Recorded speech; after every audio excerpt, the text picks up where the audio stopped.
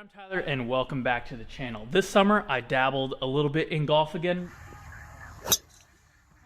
Really enjoyed it, no good, but I had my stuff kind of laying around and I decided it was high time to build myself a nice little organizer shelf, get everything in one spot and look fantastic while we're doing it.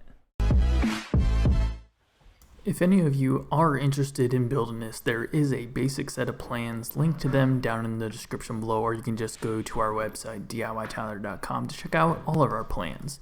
You can build this golf bag storage caddy, I'm calling it, from one sheet of plywood and one small piece of solid maple that goes at the bottom. We'll get to that later. I am using my Craig ACS track saw to break down the big sheet of plywood into portions that I can better handle on my table saw. Really like using the track saw to do those big cross cuts, much better than using a circular saw, way less dust, and obviously the track is very easy to use compared to having to measure things out and use the circular saw. And then it is over to the table saw where we will use the stationary fence to make sure we get perfect cuts for all of the pieces that we need for the bottom, the sides, and the back of this golf storage caddy. Adjustments to the fence are super easy, and dust collection on the table saw is fantastic, especially compared to a circular saw, which you can use to break this down. Just going to be a little bit messier, going to take a little bit more time. If you're wondering what those little blue tabs were sticking up behind the blade, those are a splitter so that the board doesn't pinch around the blade and cause kickback. Those are a accessory from Micro Jig that you can add to a zero clearance insert like I have in my table saw. So I'm about to make these cuts right here, and they're the same, just an inch shorter on one of the boards. So I want to make sure I have my orientation so I have the best side of the plywood facing the way that I want them to face. And I'm good right here, so I'm going to go ahead and make these cuts right up here. Getting all the straight line measurements for the side portions, no big deal, but when it came to the curves, I pretty much used anything I could get my hands on, whether it was my water container, which happens to be an old sour cream tub, different paint cans, whatever I could use to make it kind of look like what I wanted. All is fair game.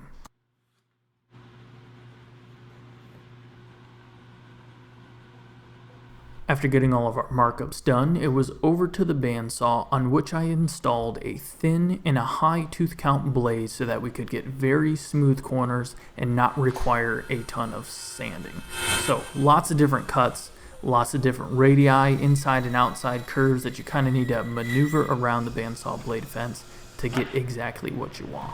Once those cuts were done, we spent quite a bit of time over at the oscillating belt sander, and I didn't just use the belt option. Sometimes I would have to switch over to the spindle portions to get some of those smaller inside corners, but in the end, it worked out really well, and we got nice smooth edges.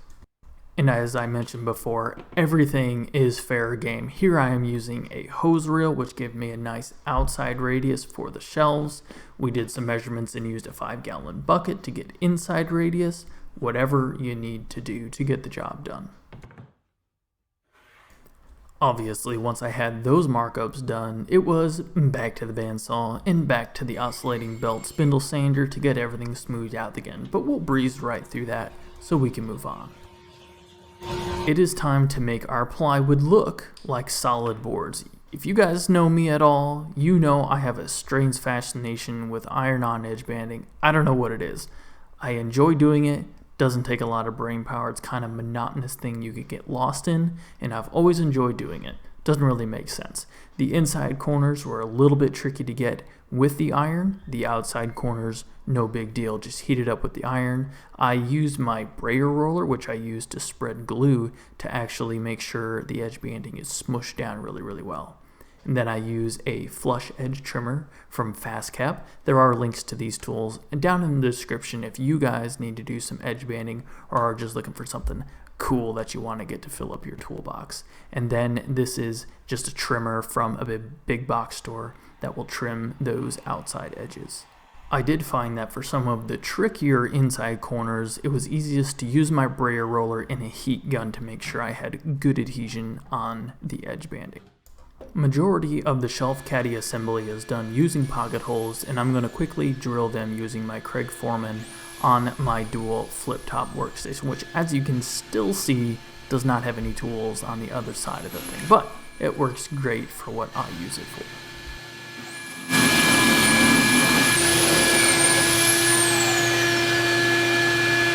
Once we got those pocket holes done, it is time for some assembly. As you can see, there is a line there. I'm offsetting the base of this caddy stand off the ground a little bit, just to make it a slightly bit finer piece of furniture.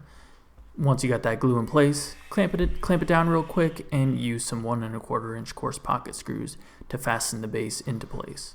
Now moving on to the other side, you can see I used a spacer there to make sure the other side didn't torque out of the way and pull the screws that I just put in place through the pocket holes. That spacer is just set there and will fall away as soon as I actually move the thing. Using the shelves themselves to make sure that the middle portion of the caddy is in the right position. So I just put one in place, drew a line, applied a little bit of glue, and then I used 1 1/4 inch 18 gauge brad nails shot through the base into the middle section to hold it into place. I wanted to do it this way so that there was no visible pocket screws on either side of the middle divider. And the upper shelves are assembled in much the same way, a little bit of wood glue and a couple of pocket screws. I almost always forget to drill shelf pin holes before assembling things, so I'm using this jig from Rockler that I will set in place and bump against the hard points and get things where I want them to be.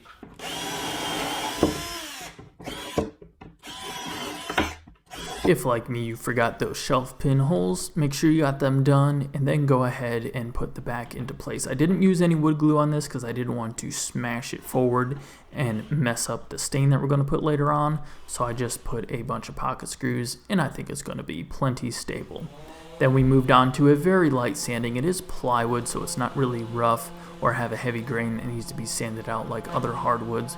So just a quick sanding on all surface areas, and then I used a sanding pad from Gator Grit to make sure I had the edges rounded over where we had previously put that edge banding. And here is the one solid board that is going to be fastened into place on the front, on the toe of this shelf. And that is because there is a routed corner on there, and there was no way that you're going to be putting an edge banding on there. I'm going to drill a couple holes right here as shown in the plans, and this will be for if you have an extra driver, extra clubs, you can set them in here, and your golf bag will sit right in here.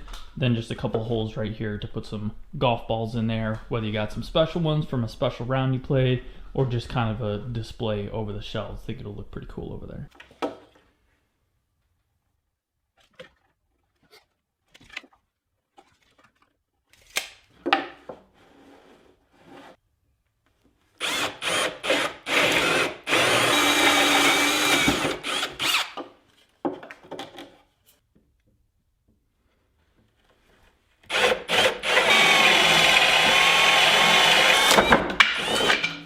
Self-explanatory here, but these ones don't go all the way through.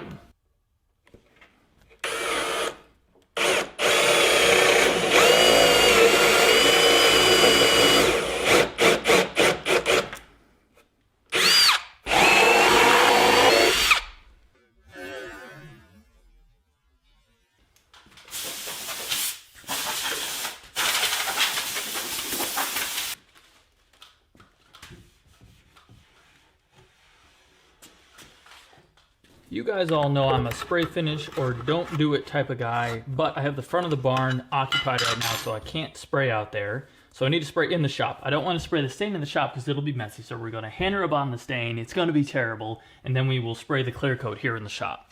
This is a General Finishes water-based stain that I am applying, and their water-based stain is fantastic. I've used all sorts of different stains. This takes a little bit of technique to make sure you don't get streaks, but man, great color, no splotchiness, and it really, really looks nice.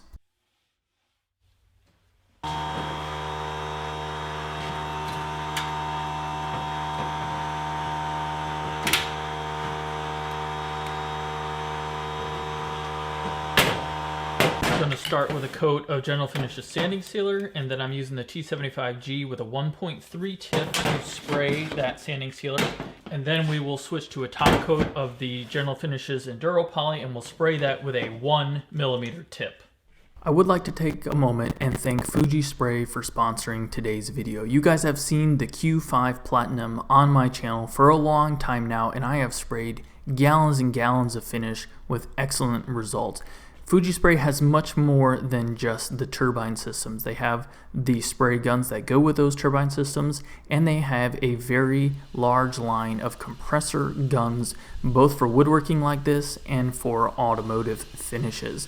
You guys should definitely check them out, fujispray.com, and I can tell you something for sure, best customer service, hands down, of any company I have ever worked with. Any question you might have, they will be very happy to answer, not just about their equipment, but about application techniques and different finishes that they recommend. And you guys will probably consider them friends when you are done, just like I do.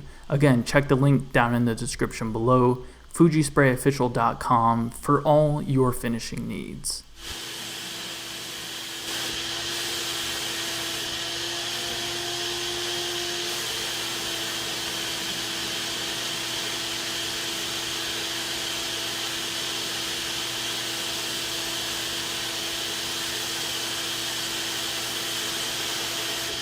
First sanding sealer coat, looking great, nice and shiny, very smooth actually, but I'm going to still use a 220 grit block just very quickly, just like this. That's all you need to do.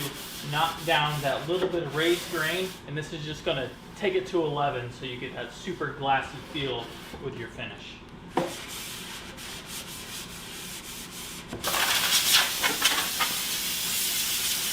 Once you get that dusting from the sanding sealer nicely cleaned up, it is time to go back with the Fuji T75G gun with a 1mm tip, and we're going to apply 3 coats of the General Finishes Enduro Clear Poly.